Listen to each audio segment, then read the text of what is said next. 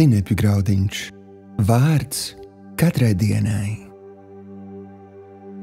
Tev ir vislabākais skolotājs. Šodienas rakstu vieta. Bet aizstāvis svētais gars, ko Tēvs sūtīs manā vārdā, tās jums visu mācīs un atgādinās jums visu, ko es jums esmu sacījis. Jāņa 14:26. Šodienas pārdomas. Es atceros, kad mana meita Marta pabeidza 1. skolas gadu. Runājot ar viņu, ātri kļuva skaidrs, ka viņa ir ieguvusi daudz vērtīgu zināšanu un jaunu prasmju.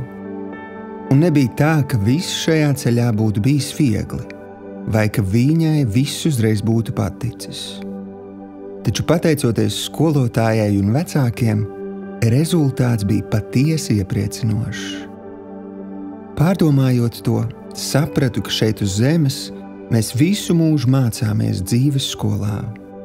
Tā ir skola, kurā Dievs mūs māca, lai mēs noliktu vissvarīgāko eksāmenu, atzītu patiesību, kas garantēs mums mūžīgo dzīvību debesu ķēniņu valstī.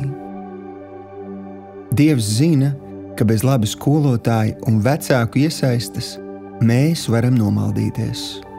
Tāpēc Viņš mums ir devis Svēto garu par skolotāju.